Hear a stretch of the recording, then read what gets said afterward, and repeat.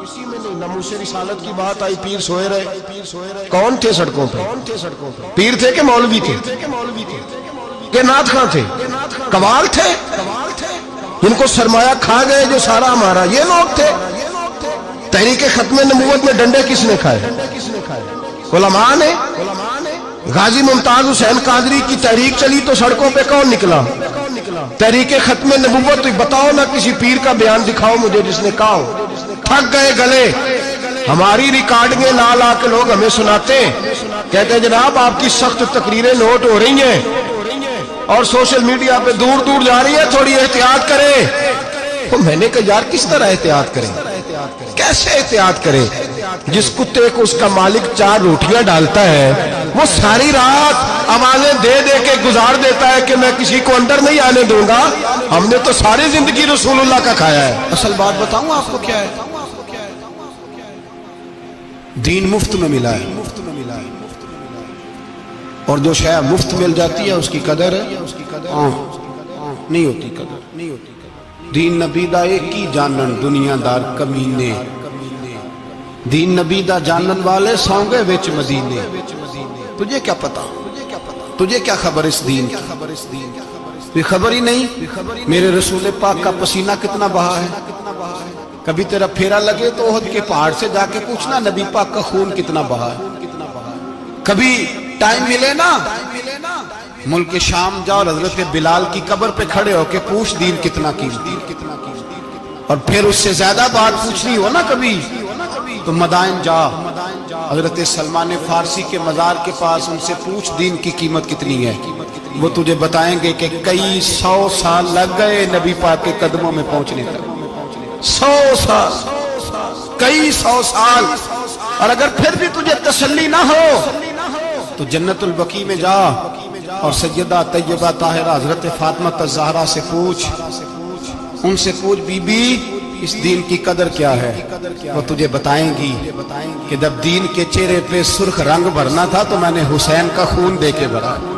وہ تجھے بتائیں گی کہ اس دین کو جب پینٹ کرنا تھا تو میں نے جناب علی اصغر کے بازوؤں کے ساتھ مصوری کی ہے۔ وہ آسان سمجھ رکھا ہے لوگوں نے، آسان سمجھ رکھا ہے، کہا تم کٹ گئے۔ اور آج اٹھنے والا صوفی اور درویش کہتا ہے سارے ایک ہی ہیں، سارے اسی کو مانتے ہیں۔